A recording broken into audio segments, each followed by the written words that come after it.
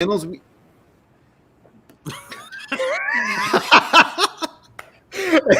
Hey, everybody. Okay. Welcome back for the final session of this year's Sanibel Online Writers Conference. I'm very excited because these four guys are pivotal to the conference.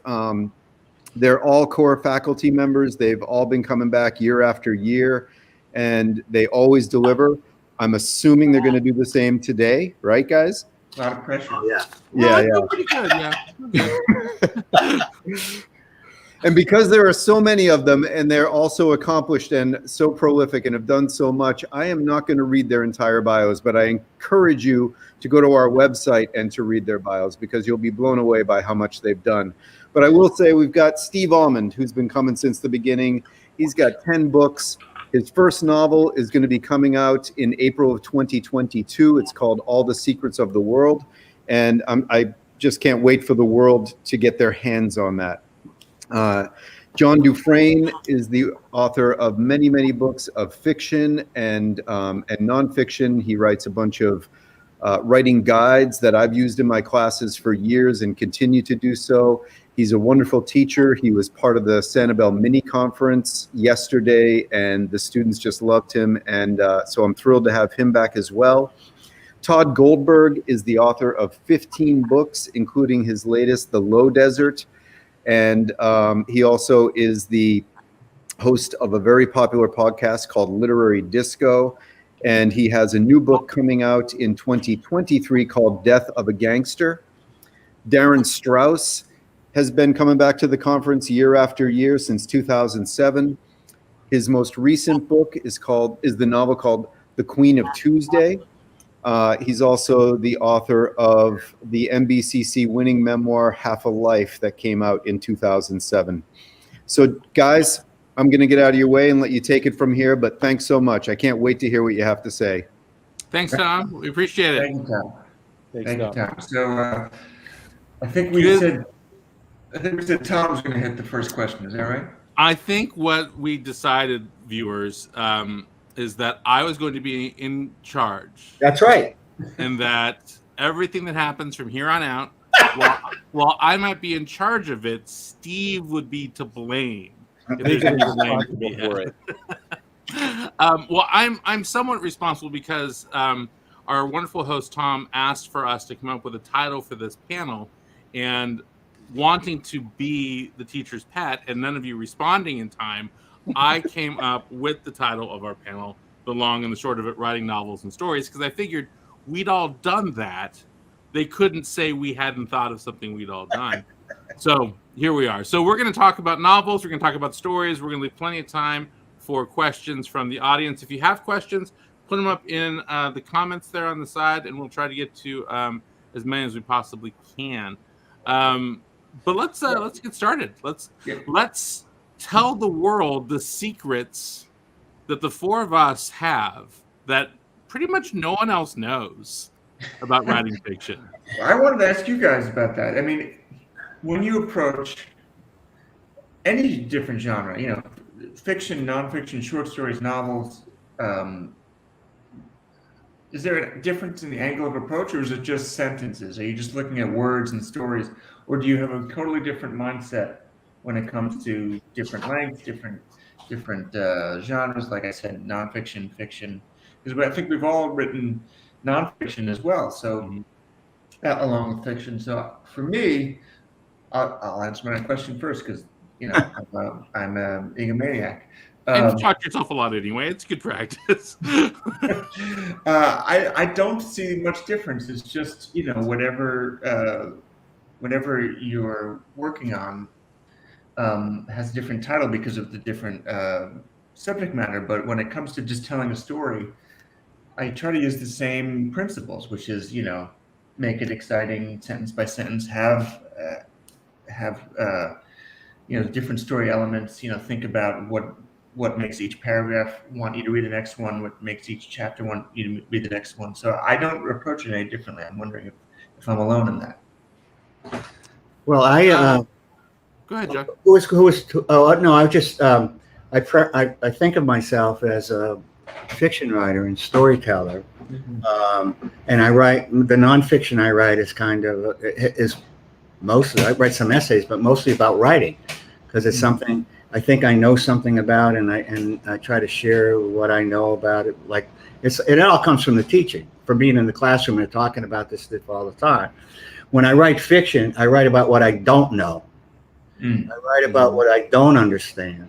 I write in order so that I can begin to make sense of my life and who I am, who these other people are. And I'm really just interested in in storytelling, starting with no idea. It's just all kind of an act of discovery for me, which is what brings me to the desk every day. It's like, what's going to happen to these guys today, so it's a kind of a joy and a privilege to do that. And so it's not easy. It's not any easier or anything, but it's just it's who are these people? Trying to make sense of the world and my place in it. And that's why I write stories primarily, what I like to do. When I write fiction, I think maybe I know nonfiction. Maybe I know what I'm talking about. Maybe I can say a couple of things about this or that. But I do it humbly because I know I'm wrong about. Wait, so does that mean you come into it with no sense of where it's going to go? I know, because I studied with Absolutely. I studied with Dale Doctorow, and he said that for him, writing was like driving in the fog. Oh yeah. And you only see as far ahead of you as the distance of your headlights. Yeah. That's enough to get you there. You just have to see a few feet in front of you every day. Whereas I know writers, I studied with a few writers who plotted the entire thing out, and so they knew exactly where it was going to end up. So I think for me, I wish I could do that. No, I don't wish I could do that. I like to find out what's going on and to be surprised every day about what's happening. But there comes a point in a novel, more than in a story, where you go, like, I'm 200 pages in there and I don't know what the hell is going on. Yeah. Where it's going. And so then I go, okay, this has got to happen. So then I make an outline at that point, but I let myself know that I can revise it, that it doesn't have to be there, that it's just there. Like everything else, you get to revise it, but it has you in the right direction, I guess, and I don't have to make quite as many tangents as I did before. Well, and isn't that Steve, you're working on your first novel? Sorry. Go ahead. I guess I'm taking the captain's chair for a second, but Steve, you're working on your first, or you finished your first novel. So, how was there a big difference in craftsmanship in doing the big story versus the shorter one? Well, let me say this to everybody who's like a writer, and I think this would apply to you guys as well. It is my first published novel. It's like my fifth novel that I've written. And the other ones were failures for a variety of reasons that we really don't have to get into. It's important to know because people, especially students of writing or writers at the beginning of their career, they say, oh, gee, they have all these books. And like the resume goes up. And it's very intimidating because you're just seeing the tip of the iceberg, which is the published work. Right. But all of us have a big mountain of failure that we're standing on. Todd's bigger than others, of course, but we all have a mountain of failure that we're facing. It's just important to realize that because you can feel when you sit down at the keyboard like, okay, I better be successful today. I mean, you always do feel that to some extent. But I failed at all these novels before I figured out or just happened upon, I don't know, the headlights were powerful enough and I was okay enough with the fog and I was interested enough in where we were going that I kept at it. But I'll just say, just in response to John, because I do nonfiction and fiction, I toggle back and forth. I think of writing nonfiction as I know what happened. I know basically the surface level of what happened, but I'm trying to understand why it happened and what it meant. Yeah. But when you're writing nonfiction, you start with that. You can recollect and do some research and maybe some reportage. But the big ticket item to me is, can you reflect? Can you pluck meaning from the rush of experience? When it's fiction, I think it's a much more intuitive process where your artistic unconscious and your imagination have to create a story. And because you could make anything happen, to me, I'm interested to hear what you guys think. There's a higher bar. I'm more intimidated when I write fiction because anything could happen. And when it's nonfiction, you at least have to cleave to a set of events. You can try to understand them more deeply and explore your bewilderment around them. But I get very intimidated when it comes to the novel or just when I'm writing fiction, because I feel like I could make anything happen, and the choices can sometimes feel overwhelming. Yeah. Well, So John said something important, which is like finding out what your novel is about 200 pages in, which is something that happens to me on a somewhat regular basis. And then my editor at some point gets like a 600-page novel and says, like, what were you doing for the first 200 pages? Like, I was like, I have no idea. I have absolutely no idea. Like, I had to write those 200 pages to get to it. And for me, that's the real difference between writing short stories and writing novels, is that typically if I'm going to sit down to actually write a short story, I actually know what I'm going to write about. I actually have a pretty good notion that, oh, today I'm going to write a story about, a guy who kills a guy and goes on the run. And I have to solve whatever is going to happen in 25 pages. Whereas with a novel where the stakes are so much bigger, I will often just be like, well, I'm going to see what happens. There's a hitman and he's a rabbi and, eventually it'll sort itself out. And it seems like I should really apply what I do with short stories to novels. It would make for a far more easy process. But what I found as the writer of both is that I like not knowing exactly what's going to happen in a novel, because I think it allows the reader to not quite know what's going to happen either. I think about the smartest thing a writer ever told me, and then I remember something else, and this is the other thing. So the second smartest thing a writer ever told me was the crime writer Donald Westlake, who I was a huge fan of. And I had the opportunity many years ago to spend a day with him, and inexplicably he liked me, which was, like, as you guys know, like, touch That's and a go. mystery in and of itself. Yeah, touch and go. Like, odds are he's not going to like this guy. And, we got to the point where I felt like I could talk to him a little bit about craft stuff, because I'd been ripping him off my entire career. And I was like, how do you know when a story or a novel is done? Like, how do you know? And he said, I know a story or a novel is done when the reader could write the next page. And, like, it's a really simple sentence, right, guys? But, like, he said it, and just, like, every part of my head expanded.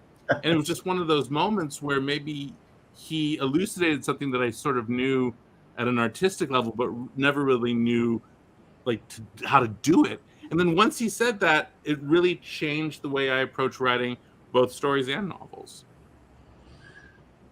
So can you talk about that for a second? So you think that this is the surprise. Once the surprise, your job as a writer is to answer the questions, and then when the questions are answered, the reader can understand. Like, there's nothing else that the reader can't figure out on their own. And I suspect that this is a little bit different because I write primarily crime fiction than if I were writing literary fiction. Because, the end of literary fiction is, well, eventually everyone dies, but probably the stepbrother drowns, whereas the end Hold on 1 second. Get that down. The stepbrother always drowns, like Bobby would Lake Winnisocket and drown. But, for a crime novel, it's like, well, okay, either he's going to shoot everyone or the cops are going to come, or he's going to run off with the femme fatale, whatever. There's only so many choices of what might actually happen. And the reader's going to be able to have a reasonable expectation as to what that is.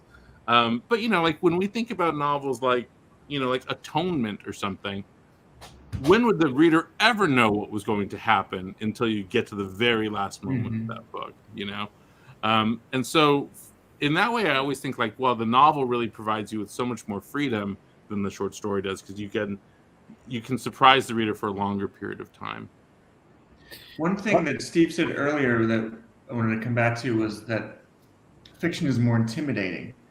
I think that's true. Fiction is harder in so many ways, but there are ways in which nonfiction is harder too. Like, so for me, fiction is harder for all the obvious reasons. With each thing you write, you're questioning: does this make sense? Would the character do this? Does this follow naturally or logically from that? All those questions are gone with nonfiction. You're just telling what happened. But the challenge with nonfiction is to make it interesting. Because with fiction, you can always say, crap, this is not interesting. I'm going to add a gun or Right. whatever. But if you're My telling entire career explained right there. What do you say? My entire career explained There you go. right there. But if you're writing nonfiction, just telling it how it is might not be interesting. So you have to really lean on some craftsmanship there, I think, in order to make the actual truth fun to read. Yeah, I think that's true. So let's talk about the great white whale.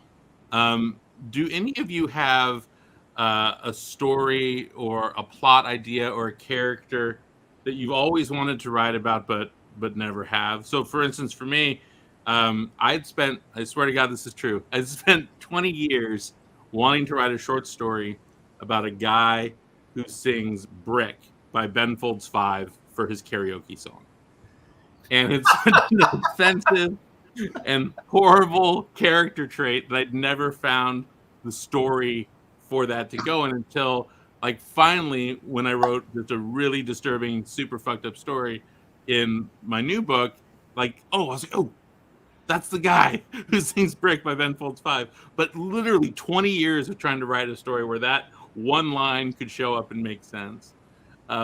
Steve, you've literally written every possible thing that seems to be possible in the world of moderately even offensive things. What's your white whale?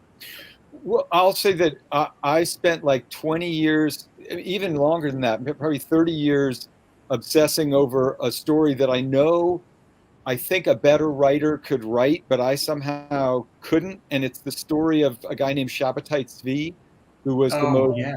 Yeah. See, the Jew in the room knows. The most famous false messiah in history. He convinced about half the world, this is in the 1700s, that he was the Messiah. They were selling their belongings and traveling to the Holy Land. And he himself was probably bipolar, manic depressive. He had a prophet who was fascinating. He had a wife who had an incredible backstory. And it's such a rich and it's in the world of Kabbalah, so a Jewish mysticism. And I got overwhelmed by the sort of the everything that surrounded the characters, but I couldn't find a way into the characters. I wrote like an 800-page novel in which I felt, as some people in the audience might feel, and some guys, maybe you guys too, and some of your projects, I felt I was pushing him around through the Levant, hoping he would bump into the big ticket items, like, whatever, conflict and epiphany and desire. And he didn't. In fact, I just got very tired, and my agent shared that opinion. But I think the central thing that I figured out was, like, somehow in a piece of writing that's successful of whatever genre, it is helping you out. There's something that's pulling you along, because I know what it feels like, because I've been, and I still, in the back of my mind, that's like the one that got away. And I keep going back to it. I tried writing it in a totally different treatment. But I haven't been able to figure it out. And I don't know why that is. And I might go to the grave never knowing why that is. But that's, to me, part of the, part of what your job is to try things that you don't have the skill set to do. Right. Or you don't know your way. You can't think or feel your way into the character yet. What fascinates you is that's what you should be writing about. You write about what you can't get rid of by other means. So I haven't been able to get rid of Shabbatai Tzvi yet, but I don't know what he means. And is there must be existing nonfiction about him, but there's no other novels? Soon there will be. Franzen or Nathan Englander will write the great Shabbatai Tzvi novel, and then I can happily commit suicide. But because it's a great story, somebody should write it. Yeah, I've actually had this similar thing. I thought, what a great story, but I didn't feel up to writing it, and that happens a lot. I know that Colson Whitehead wanted to do Underground Railroad for 20 years before he did it. He didn't feel ready. And for me, I have a similar one in that I always wanted to write, that one, but also Josephus, the first historian, was similarly a Jew who was a general of the Israelites, and then switched over and became an advisor to Emperor Josephus. And I started doing it, and I realized I've read historical fiction before, but I feel like I could bullshit my way through 1860 America. I just didn't have a sense of Rome, and I couldn't do it because I just didn't know it, and I couldn't convince myself that I knew it well enough, and so I only have like 30 pages of it. But there are sort of white whales within books too. So like my last novel, which came out in 2020, was 320 pages when it came out, but I handed it in at 600 pages, and there were 2 stories in there, and my editor just said, there are 2 novels here, and one of them's not working, so just take it out. And so that was a very painful thing. I had a 300-page novel in there that's gone, Right. But I think it was the right decision. And like Steve said, I feel like I had to get those 600 pages out to do the good 300 pages. Right. But it still took a year more of stuff that's just in the garbage.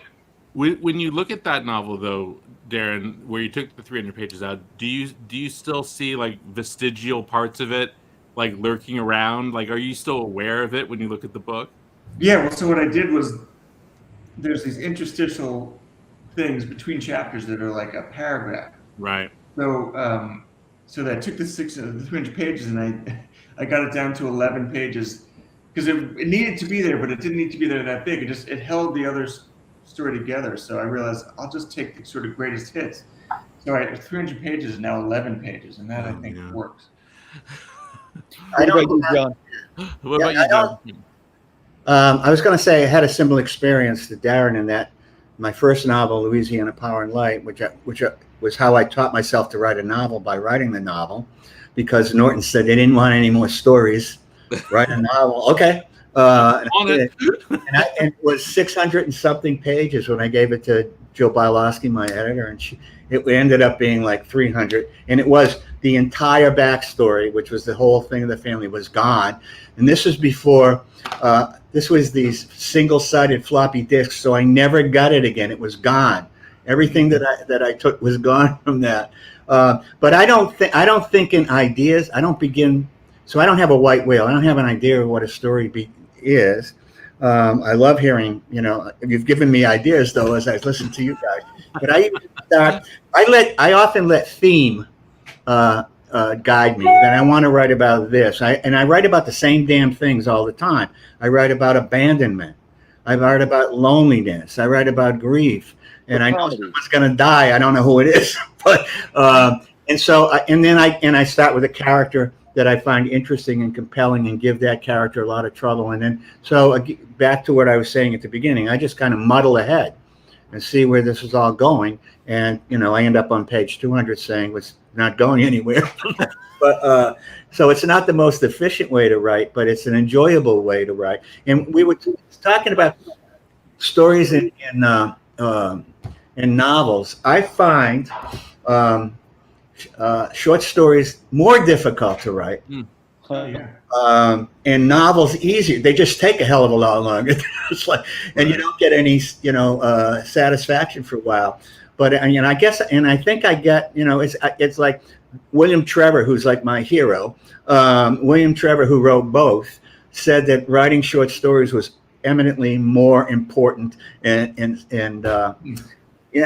because you got to condense everything, you got to get everything into a little page. And I think, Todd, you were saying you get to digress, you get to fool around in a novel and that's what's fun about it. And then I'm revising a novel now, and again, Jill got her hands on it, and I'm here taking everything out. You went too far. That digression didn't come back and all that. But because I work with the same editor, I indulge myself. Mm-hmm. She's going to point it out. You didn't. That one didn't work. That one didn't work, and that one didn't work. She's great. Jill's a great editor. Yeah. And my editor is Jill's editor. So my editor for all my novels edits Jill's novels at Counterpoint. So essentially, it is a continuum of all of my suffering circling around and around. Yeah. But I agree with what John said about. I find short stories much harder, because there's much more unforgiving form. If you read a 300-page novel and there's a bum paragraph, the inertia will push you through it. If you're reading a 15-page story and there's a bum paragraph, you're going to put it down. Yeah, that's a good point. Though I think it's funny, sometimes I view short stories like paintings, where I think, well, even if it doesn't quite do what I wanted to do, it's just gonna hang in some like museum far away called the Antioch Review, and no one really will ever see it. And I wrote it, and it's done, and maybe someone will discover it, and that will be that. Whereas with a novel, like I'm always aware that my novel is like in a Barnes and Noble somewhere. Yeah. Someone could open it up and find the problems in it. Well, I'll say just in kind of personal history, part of the reason I decided to leave journalism and start writing fiction is reading John's story collection, The Way the Water Enters Stone. And then I devoured, Louisiana Power and Light, his novel that he was talking about. But for me, the short story form has a kind of urgency, and also because it's like with a novel, you're basically saying, like, come on in, sit down, have some tea. We're probably gonna see one another 8 or 10 times. Like, but with a short story, it's like, hey, I have to tell you this right now. This episode is bursting out of me, and there's a kind of immediacy to it that drives me through it. But I very much admire and for years have envied novelists because there's so much sunk investment, and there's so many decisions you have to make, and you have to create an ensemble cast, and their arcs have to intersect somehow in a gratifying way, and you have to keep that chain of consequence going for a much longer time.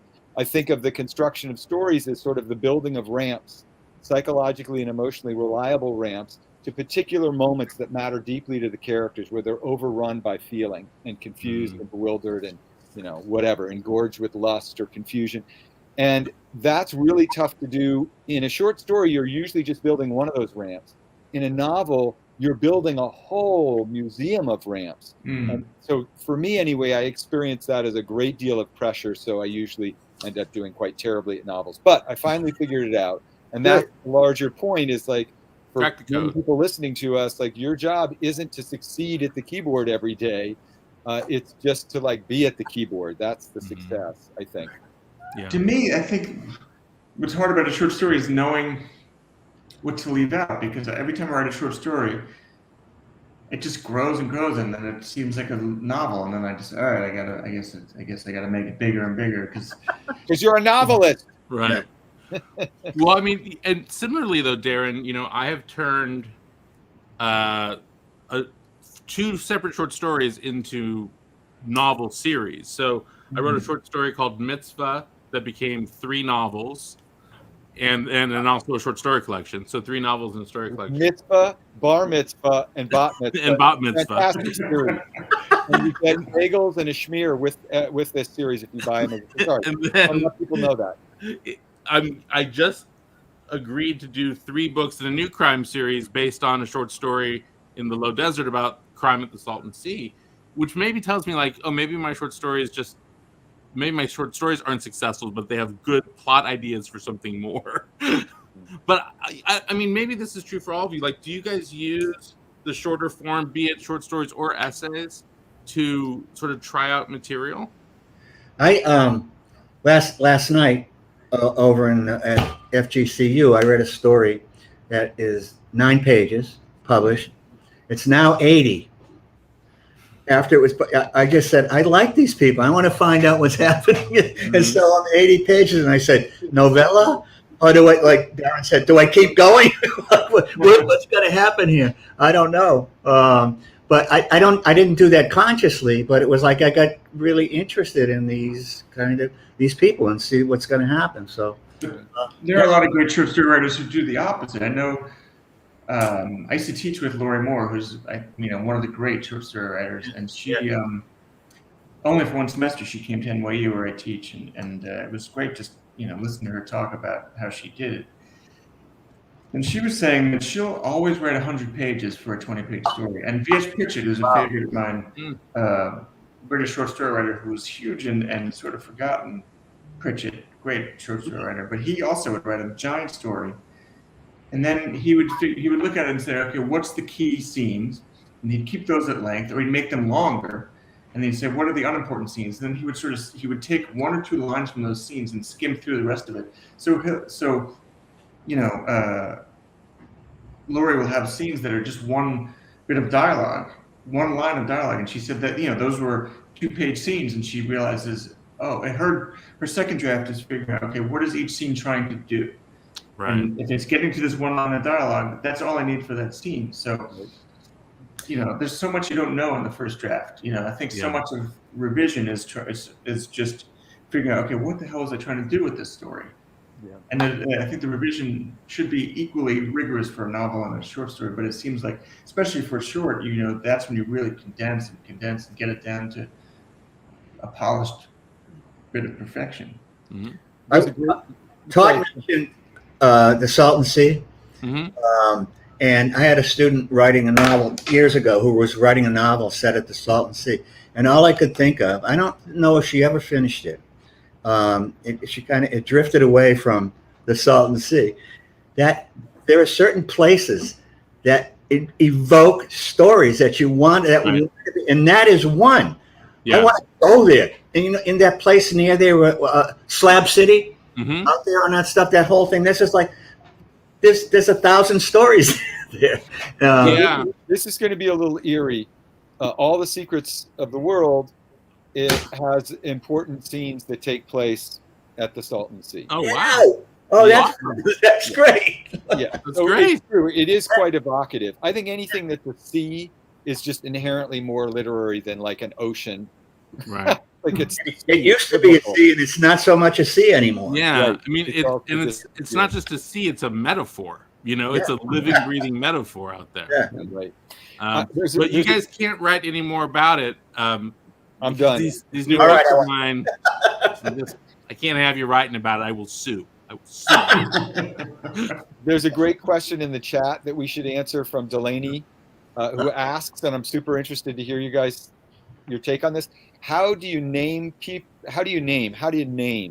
people, places, and things, especially when it's fiction and you're making up something new like a species, a weapon, languages, countries, kingdoms, etc.? How do you name things? I'm so curious to hear what you guys do. You know what I do? A lot of times, I'll be sitting here. So I'm going to turn and face the big screen that I'm normally writing on. Like, all right, I'm writing some shit. Oh, I need to think of someone's name. And then I turn. Yeah. I look at all these books. And I say, all right, I'm going to take something out of this. We'll take Hanif's book, and I'll say, all right, Nina. And then I'm going to over here, and I'm going to take a book about riders on dogs. And I'm going to pick Black. Nina Black. It's a new character. I do that with the books on my desk. I look over and see what name pops up, and I'm not satisfied. I also keep lists of names. I have files of names. All of my father's friends when he was growing up, I have all of their names on file. Wow. He talked about them all the time. Names. I go through the obituaries and I write down names that I want. So I just have a file and I can go back and look at them. I don't world build in the sense that I'm leaving this planet. So, but I do make up. I write a lot about Florida lately, and I make up the names of towns so that I can organize them the way I want to. I know it's Dania Beach, but I call it Melancholy now, and I can move things around and do what I want to do.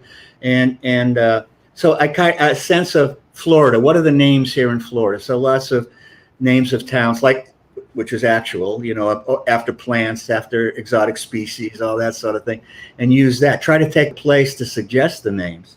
I do what both of you do. I often look at the bookshelf, but if a very interesting or funny name comes up, write it down. Like recently, recently my wife was telling me about someone she knew whose name was. Sorry, but it's Edith DeBalls. I just thought that's a good name, Edith DeBalls. It's also like a biblical commandment, so right. I was like, okay, that's going in somewhere.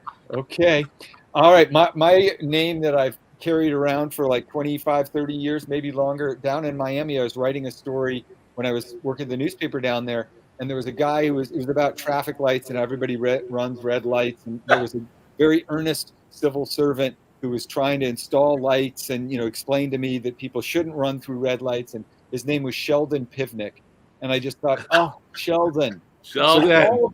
So all of us do that. We've got our little list of names. Yeah. But when you're thinking about, so for Delaney, like when you're thinking about naming world building, a species, weapons, languages, countries, kingdoms, you should probably be sort of thinking about what names evoke. There's a great short, like, Dickens would do this in a very obvious way. Mr. Pumblechook, right? Or, or Pip, who's like a little character. He would be a little bit obvious, but he would try to suggest through the name something of the character's character, like who they were in the world. And that's important to think about, kind of what are the evocations of a particular name. It's a great short story by Joyce Carol Oates that is called Where Are You Going, Where Have You Been? And the first line is, her name was Connie. Yeah. And it's important because Connie is somebody who's defiant. She's oppositional towards her parents. That's part of what's going to lead her into danger in the story. So names shouldn't be super obvious. You shouldn't call something like, Neutrano Land. That would be probably a little on the nose. Right.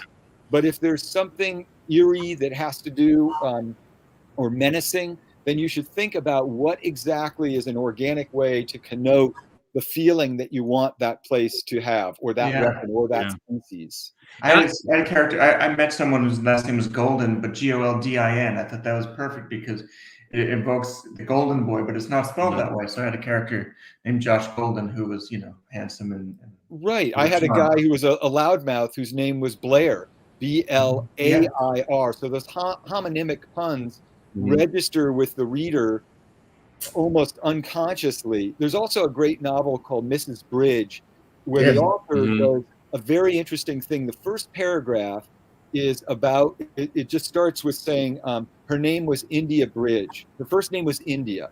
She could never figure out why her parents had named her that, because she feels moving through life like she's somebody very dull and routine. She's terrified of her inner life. And she suspects that she was actually, from a very young age, she suspected that her parents expected her to be more special and exotic than she was. And this first paragraph uses the name to suggest how she moves through life in a state of uncertainty and kind of fear of her inner life. So, like, Delaney, you're on the right track. Names are hugely important, but they should, I think, be evocative rather than like super on the nose. Yeah. I always think about this wanted poster I saw for a guy whose name was Honeymoon Lewis. That was his given name. Like, his first name was Honeymoon. And I was like, that is a guy who spent his entire life trying to not be a guy named Honeymoon. And it's sort of like the opposite of what you were saying, Darin, about a guy, with last name Golden. Like those guys nicknamed Bubba who ended up being 5'2", and so I also think, like, when thinking of names for places and things like that, I always find myself enjoying making up names of diners more than I do names of cities or bars. Like, and that's just as important as knowing the layout of your small town. Like, if some guy goes to a bar to drink, what's the name of that bar? And so, like, I made a bet with my brother that I could use the name of a bar called Poor Decisions before he could in something, Pour, and so I did. But, like, I was just like, I want to have a cop bar called Poor Decisions, and that tells you about the people that own the bar and tells you about the people who go there too. And so, and the town. So, to your larger sort of question, it's like everything that you're writing about, every name that you give has a purpose beyond just describing it. It is, in fact, subtextual and means something to all the people around you as well. Like, Poor Decisions is a bar where they have a karaoke night and a guy comes up and sings Brick by Ben. Right, exactly. But I did not put them in the same thing, unfortunately. There's a bar near where my kids take fencing lessons called Mama Tried, which I think is pretty cool. Mama Tried. There's a great question. Another great question by Caden in the chat that I want to hear what you guys think of. How do you go about adding complexity and length to a short story to make it a novel without adding too much that it gets away from you? Oh, that's a great question. So I studied with someone named Douglas Glover, who's a great teacher, and he gave a great piece of advice. He said, don't think of backstory as backstory. Just think of it as relevant history. And so that really has kept me sort of disciplined in what I add ever since, because backstory can just be really flabby if you just throw in any fact. But if it's relevant history, if it's a story that's relevant to the plot, then you know you're not ever going to go wrong. So that's how I go about adding stuff. Just only adding stuff that I think is relevant. Yeah, and I think too, you want to keep the core conflict. So, for instance, the short story that I turned into a series of novels, the core conflict is a hitman kills the wrong people and has to hide in Las Vegas as a rabbi. And his core conflict is he wants to get back to his wife and kids. So that's what he's moving towards always, is I'm going to make decisions that will eventually get me back to my wife and kids. But what that allows me to do, moving from story to novel, is pile on complexity of problems. So, okay, if I want to get back to my wife, I have to do X thing for the mob. Well, X thing for the mob means I got to kill a cop. Well, if I kill this cop, that means this problem is... So all of a sudden, every single decision that this character makes in service of eventually getting back to his wife and child makes the prospect of doing so all the more difficult. Another thing Glover said with that was, because he was such a great plotter, Douglas Glover, he's the guy who would know everything about a book before it started, but he said, similar to what Todd was saying, that think of each story as a sort of A to B question. If every story is a character wants something, right? Because I think Flaubert said that, without trouble, there's no story. Right. So it's basically your story is a character going towards something, and does he or she get it or not? And so what was helpful that Glover said was think of each scene as a micro version of that macro desire. So like if the macro desire is, every story is a character wanting something and trying to get it. So each scene is a mini version of that. Does he get closer to getting his wife or further? And does each decision he makes, does he get closer within that scene of getting what he wants? And then does that bring him closer? Because if the mob says kills the cop, that in one way might get him closer to his family. But then if he does kill the cop, that's going to get him further away because he's going to be a cop killer. So right. The character wants something, as Darin said, and the character wants it intensely, and will go after it. And your job is to put obstacles in your character's way, even though you love that character to death. You're making it as difficult as possible for that character to get what she wants. To make it a novel, more obstacles, which is kind of what I'm doing with that 9-page story that's now added. It's like, oh, you think it's done now? Here's something else, when you see what happens. I don't know if it'll work out at all, but I'm having fun because I'm hanging around with these people that I like. Right. I think you said something really interesting there, John, about loving your characters, because we all teach as well, and so I often find my students love their characters so much they don't want to put them in any trouble, or Right. I'll say, well, nothing happens here, and they say, I just wanted to give a slice of life. Slices of life are not really good stories, because so Helen Schulman, who's another good writer and a good teacher, she says you should ask of your story the big question from the Passover holiday, the Jewish holiday, which is, why is tonight different from all other nights? Right. So she says, I thought it was, why is dad so drunk?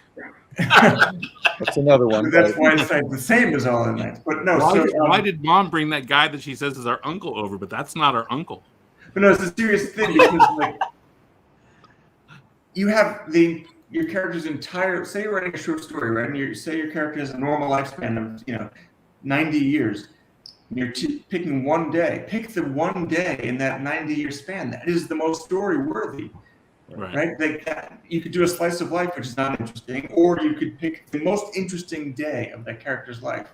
Yeah. Or the most interesting, period, the most interesting trial of that character's life. And so that's how I think you've got a good story. If you're saying, why is this day different from all other days for this character? What makes this day the most story worthy? And then if you think about that, you'll know that you're on the right track. Yeah, I think that's so smart that I always say when I get a student who gives me a slice of life story, I say, buy a webcam. That's what webcams are for. But your job as a writer is to pick the day where the character's world is set into disequilibrium. Yeah, that's a good teaching, right, Todd? You like that? I'm going to use that. Yeah, please. Speaking of webcam, I think John is frozen there. He is frozen in a rather awesome grimace. It's a bit menacing. He's going to reappear. We did not disappear him. He's coming back. John was like, he told me that. That was a student. Almond told me to get a webcam. To summarize, Caden, when you say go about adding complexity and length to a short story, that's not what you want. You don't want to add length. That's just about a word. What these is you need to add trouble. You need to add danger. You need to add disequilibrium, and it winds up creating complexity. Ultimately, the word count is people get all fetishy about it, but Great Gatsby is 120 pages, and so is The Lover by Margaret Duras, right? They're short. There he is. They're wonderful stories by Ethan Kanan that are like 14,000 words. He's not sitting there counting the number of words and saying yet. He's just saying how many words are required to bring this person to their appointed ruin or their appointed redemption, or to solve whatever danger they're in, or rub them out. But Steve, you cut out for a second. I wanted to repeat something you said, which was so helpful, but I think you cut out for a second too, which was it's not necessarily about adding complexity as much as adding conflict and adding danger. Adding what did you say? Adding like disequilibrium. Disequilibrium, yeah. Brilliantly said, yeah. Mm-hmm. That's a great point. You hear what I said last time because I got kicked off? That everything you don't want to happen to yourself or your family or your friends should happen to your characters. Yeah. Mm-hmm. Do that. Okay. Yeah. That was worth you coming back for. That's a good line. I didn't know. I kept trying to come back. Like, I got it. Those guys don't want me. I don't know what happened, but here I am. And Tom's back. And Jason. Hey, guys. Hey. I hate to say it, but we're out of time. No. Oh, come on. Yeah. We're just getting warmed up. I know. No one's insulted Darin yet. You have in your own way. Should we all sing Brick? Thanks to everybody who asked questions. The questions were great. Great questions, everybody. Yeah. Thank you. And thanks guys for being so smart and making me not have to say anything. Smart. No, it's like these students that you've had at this thing, because we were there yesterday and today. They're great. It was just wonderful, and they're so enthusiastic about it. So it's kind of a privilege to be able to do this, and absolutely, it's great. Yeah, really, thank you, Tom, and Jason. Yeah, we're very lucky in terms of the quality of the presenters and in the quality of the students and viewers. So I just feel incredibly grateful to all of you. So thanks, guys. I really appreciate it, and I can't wait till we're hanging around by the pool next year on This year in Sanibel. Next year in Sanibel. Yeah. Looking forward to it. All right. Great to see you guys. Okay. Bye, guys. Thanks. Take care. I want to say thanks also. Oh, I lost. It's just me, huh? Hey, I'm back. Jason. So the rest of the presenters too. We've had a great day. I've learned so much today. I feel like my notebook's full. I don't know about you guys out there. It's really cool to me to see, this is one of those things that it's in the back of your head, but these authors and, the people that we've had, the presenters that we've had and the agents, like we see them as being at, like the pinnacle of their careers. They're doing great work. They're getting awarded, but they're still learning, and you can see their curiosity. And I think that's so good to see, at any level of the writing game. And you see a lot of that when they're having these conversations like they were having today. And that's really fascinating. So I want to say thank you, to the presenters again for having those conversations and just kind of letting us eavesdrop on those and, kind of go behind the scenes. It pulls back the curtain a little bit for us, I think. And then I also want to thank A Mighty Blaze. They've done an amazing job. We went 99.5% of the way through today before anything even looked like it was kind of wrong. And I think that's just because like the planets lined up for a second there, and John got kicked off when we got some robot voices and stuff. But everything went great. It was good to see the questions flowing in. You know, we're streaming out to 4 different places at one time here, and we can see all the comments rolling in from everybody. So I want to say thank you to all the people who tuned in as well, and we're kind of feeding us those comments. It was good to see everybody being engaged and, you know, kind of learning along with us today. So I appreciate that. We appreciate that.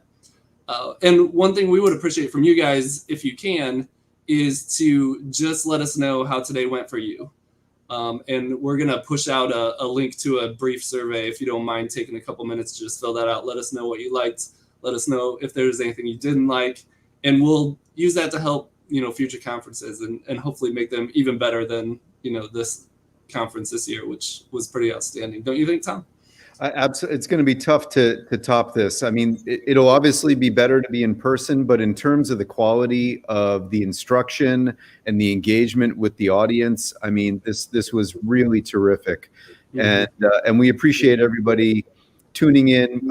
We know that we're still in this weird sort of purgatory with the coronavirus, and it's like, do we meet, do we not? And so we decided to err on the side of caution, just in case, because we have to plan this, you know, almost a year in advance.